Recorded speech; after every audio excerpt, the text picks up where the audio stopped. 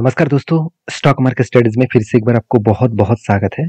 तो आज मैं फिर से आपके सामने कुछ इंपॉर्टेंट कंपनी का अपडेट शेयर करने वाला हूँ। तो उससे पहले सबसे पहले आपको जरूर चैनल को सब्सक्राइब करना होगा, क्योंकि इस चैनल के माध्यम से आपको बहुत सारे इन्फॉर्मेशन और अपडेट्स कंटिन्यूसली मिलते रहेंगे। तो चलो फटाफट देख लेते हैं कौन सा कंपनी है इस वीडियो के अंदर। फर्स्ट जो कंपनी है जिसका नाम है जुबलियंट फूडवर्क्स। देखिए, जुबलियंट फूडवर्क्स के ऊपर एक बहुत बड़ा अपडेट है, जो अपडेट कंपनी के लिए आगे बढ़ने के लिए जरूर एक पॉजिटिव पॉइंट्स है। तो वो पॉइंट्स क्या है, चलो मैं आपके साथ शेयर कर लेता हूँ। सबसे पहले देखिए, जुबलियंट फूड के ऊपर एक अपडेट जो है, Jubilant food works Hong's kitchen. आप सभी जानते हैं जुबलियंट फूड के अलग अलग कैटेगरीज के कंपनी प्रोडक्ट को बेचते हैं।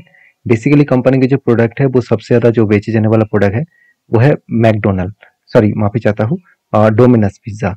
तो डोमिनस जो है वो इसी का ब्रांड है, और डोमिनस का जो पिज्जा है वो एक फेमस है, और वो भी जुबलियंट फूड बेचते हैं। और बेसिकली जो डोमिनोज पिज्जा के साथ साथ कंपनी हॉन्ग्स किचन, साथ ही साथ और भी प्रोडक्ट्स को कंपनी बेचते हैं।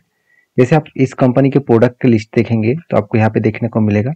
आप देख सकते हैं यहाँ पे डोमिनोज का जो पिज्जा है उसके साथ डंकिन डोनट्स, और उसके साथ साथ हॉन्ग्स किचन। तो इस तरीके से प्रोडक्ट को कंपनी बेचते हैं। तो बेसिकली कंपनी हॉन्ग्स किचन का न्यू जो एक स्टोर ओपन किया गया है वो भी दिल्ली में। आप खुद ही देख सकते हैं, जुबलियंट फूडवर्क्स इंडो चाइनीज जो क्विक सर्विसेज रेस्टोरेंट है, जो देखा जाए तो हॉन्ग्स किचन नाम से जाना जाता है, has opened a new store in Delhi. मतलब इस तरीके से अगर कोई भी डेटा अपडेट सामने आए तो कंपनी के ऊपर एक पॉजिटिविटी बन जाते हैं। अभी ये देखना है कि कितना ग्रोथ इस हॉन्ग्स किचन के ऊपर होने वाला है। क्योंकि देखिए, the new outlet in Hong's Kitchen 25th stores, मतलब हॉन्ग्स किचन का टोटल मिलाकर 29 स्टोर यहाँ पे बन चुके हैं। तो बेसिकली कंपनी के इसी अपडेट के कारण एक थोड़ा सा मोमेंटम जर्नी देखने को मिला।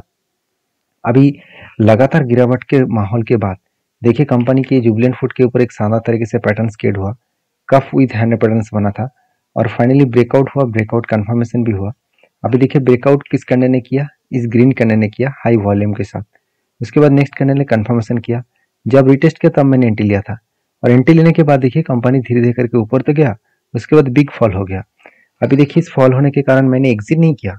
मैं हमेशा आपको बार बार बोलता हूँ, अगर स्मॉल कैप टाइप कंपनी के ऊपर मैंने कोई भी ट्रेड लिया हूँ तो मैं हमेशा देखता हूँ कि जो एंट्री लेवल है उस एंट्री लेवल से 30% क्या करेक्शन हुआ है। बिल्कुल नहीं, सिर्फ 15 से 16 से 17% करेक्शन हुआ। तो 30% करेक्शन होने के बाद फिर से मैं एंट्री लूंगा, मतलब एक एवरेज करूंगा। अगर कंपनी में दम है तो मैं जरूर उसके ऊपर बने रहूंगा। तो बेसिकली कंपनी वही लेवल को टच करके ऊपर जाने का कोशिश कर रहा है, जो इसका स्ट्रांगली क्या है, एक सपोर्ट है। एक नहीं, बहुत सपोर्ट है, क्योंकि यहाँ पे दो दो बार सपोर्ट है, और प्रीवियस भी एक स्ट्रांगली सपोर्ट है। तो इस सपोर्ट को वो फेस करके ऊपर जाने का कोशिश किए थे, और वही सपोर्ट को देखिए यहाँ पे फेस करके ऊपर जाने का कोशिश कर रहे हैं। अभी मजेदार बात यही है कि कंपनी की आगे, अगर इस सिचुएशन को मैं समझूं, इस सिचुएशन को मैं अगर मार्किंग करूं, तो कुछ इस तरीके से नजरिया देखने को मिला है। तो बेसिकली कंपनी लगातार करेक्शन होने के बाद एक लेवल में आज आकर पहुंच चुके हैं, जो लेवल कंपनी के लिए एक स्ट्रांगली सपोर्ट है। इस सपोर्ट को अगर ब्रेक डाउन करे तो बड़ा सा फॉल देखने को मिल सकता है। अभी देखना है कि कंपनी के गिरावट होने का चांसेस कितना ज्यादा है। बेसिकली कंपनी का जो क्वार्टर रिजल्ट है वो अगर देखेंगे तो कंपनी का सेल्स एक रेंज के हिसाब से है, उतना ज़्यादा खास सेल्स बढ़ता हुआ देखने को नहीं मिले। एक्सपेंस को मिटाने के बाद नेट प्रॉफिट भी सेम टू सेम रेंज में है, और इस बार कंपनी का नेट प्रॉफिट कम हुआ था। अभी जो ईयर ऑफ ईयर बेसिस में कंपनी के रिजल्ट आने वाले हैं, तो क्या वो ठीक ठाक है, चलो वो देख लेता हूँ। क्योंकि कंपनी का sales year of year basis में ज़्यादा देखने को मिला है। एक्सपेंस को मिटाने के बाद कंपनी का नेट प्रॉफिट यहाँ पे कम देखने को मिले, और यही कारण है कंपनी की गिरावट का। देखिए, कोई भी रिजल्ट आने से पहले ही अगर शेयर में करेक्शन हो रहा है तो सोचिएगा कंपनीज में खराब रिजल्ट आने का चांसेस है। अगर रिजल्ट आने से पहले ही शेयर में भागना स्टार्ट हो चुके हैं तो सोचिएगा कंपनी के रिजल्ट अच्छा आने का चांसेस है। तो इस तरीके से एग्जाम्पल बहुत सारे मैं आपके साथ शेयर किया हूँ।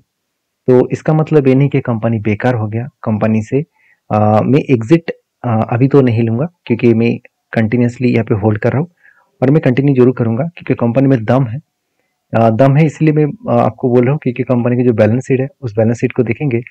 मान लेता हूँ कंपनी ने कर्जा लिया, कंपनी का जो रिजर्व है उससे ज़्यादा कर्जा लिया, मगर कंपनी का फिक्स्ड एसेट ज़्यादा है, उसके साथ साथ कंपनी के जो इन्वेस्टमेंट है वो भी अच्छा खासा बढ़ता हुआ देखने को मिले।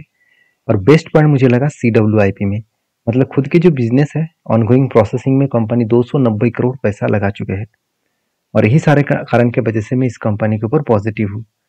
तो आप इन्वेस्टर के बारे में बात करो, देखिए अगर कंपनी में खराबी होता तो FS और DS के पास इतने ज़्यादा होल्डिंग्स नहीं होते, वो पहले से ही माल बेचकर भाग जाते। FS ने माल बेचा, उसका फायदा डायरेक्टली DS ने उठाया। तो आपके क्या ओपिनियन है इस कंपनी के ऊपर जरूर कमेंट्स करना, मेरे ओपिनियन आपके साथ शेयर कर चुका हूँ। नेक्स्ट जो कंपनी उसका नाम है इंद्रप्रस्थ गैस लिमिटेड, जिसको हम लोग IGL नाम से जानते हैं। कुछ दिनों पहले एक न्यूज़ आपके साथ शेयर किया था कि क्रूड ऑयल के प्राइस गिरने से कम इस तरीके से कंपनी का फायदा होने वाला है। तो क्रूड ऑयल का प्राइस तो गिर रहा था, फिर भी देखिए और इसराइल के साथ जो ईरान के साथ जो युद्ध का सिचुएशन बना था, वो सिचुएशन थोड़ा सा थमसा गया है, मतलब थोड़ा सा अभी पॉज हुआ है, और जिसके चलते क्रूड ऑयल का प्राइस फिर से बढ़ चुके हैं और उसका एक इम्पैक्ट इस तरीके से ऑयल रिफाइनरिंग कंपनी के ऊपर पड़ा।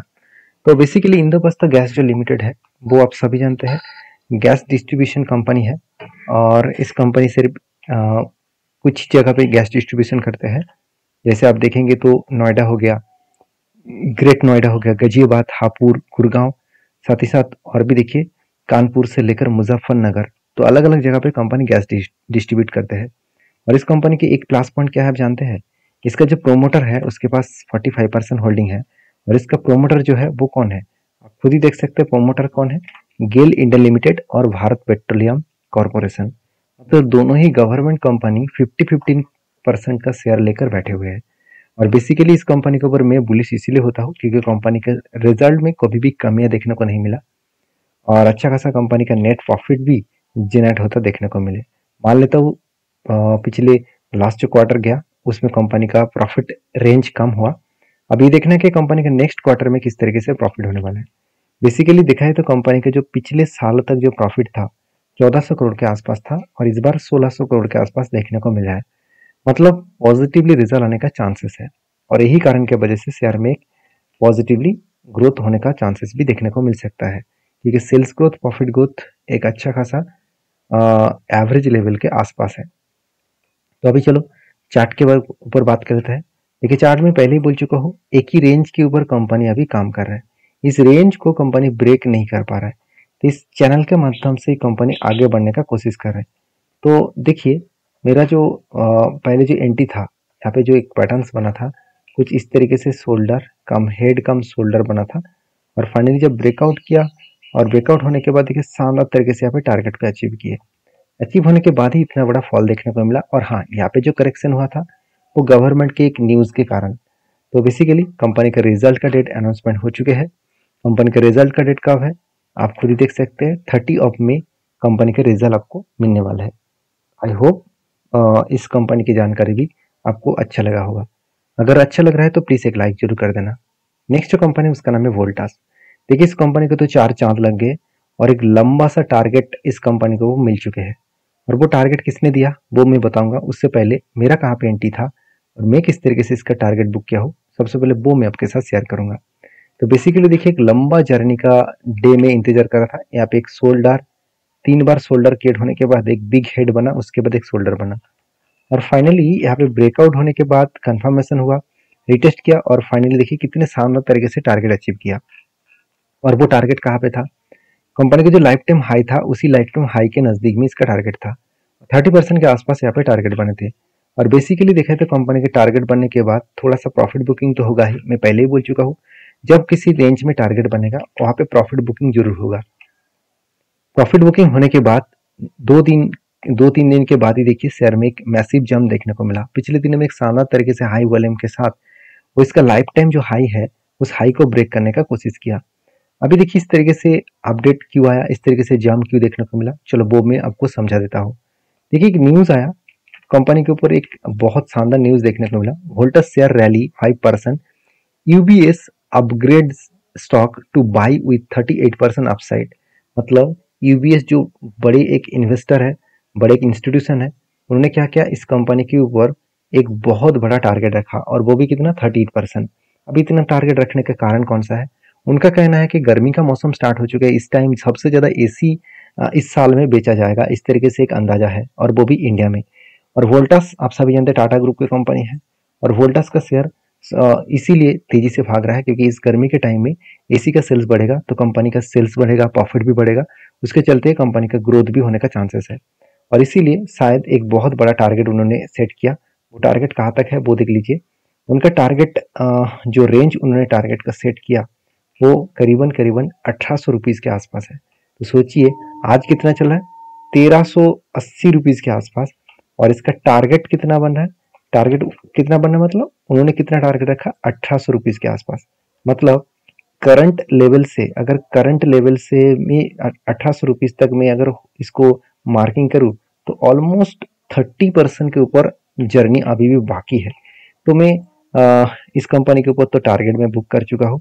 अभी फिलहाल के लिए मेरा कोई टेंटी नहीं है। ऑब्वियसली अगर इस जगह पे कुछ टाइम होल्ड करे, कुछ टाइम होल्ड करने के बाद ब्रेकआउट करे तो मैं जरूर इस लेवल तक टारगेट लेने के लिए जरूर इंतजार करूंगा। और वो 1800 लेवल होगा क्या, कौन सा लेवल होगा वो मैं आपके साथ जरूर शेयर करने वाला हूँ। तो प्लीज़ मेरे साथ जुड़े रहिए, चैनल के साथ बने रहिएगा।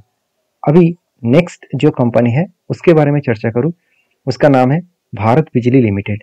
देखिए भारत बिजली लिमिटेड के ऊपर जल्द से जल्द क्वार्टरली रिजल्ट आने वाला है। उससे पहले ही कंपनी ने एक बहुत बड़ा अनाउंसमेंट कर दिया क्योंकि पिछले क्वार्टर्स में कंपनी का शानदार प्रॉफिटेबिलिटी देखने को मिला था, और इसलिए कंपनी ने बहुत पहले से ही अनाउंसमेंट कर चुके हैं स्प्लिट का। कंपनी एक के बदले 2 शेयर देने वाला है क्योंकि इसका 10 का फेस वैल्यू 5 होने वाला है, और कंपनी 24 अप्रैल कंपनी आपको स्प्लिट देने वाला है। तो अगर आप कंपनी के ऊपर आपको काम करना है तो सारे डेटा को एनालिसिस करिए, और आपके जो एडवाइजर है, सेबी रजिस्टर्ड एडवाइजर है, उसके साथ बातचीत करके काम करिए। क्योंकि मैं कोई सेबी रजिस्टर्ड पर्सन नहीं हूँ कि मैं आपको कोई भी एडवाइस दूँ।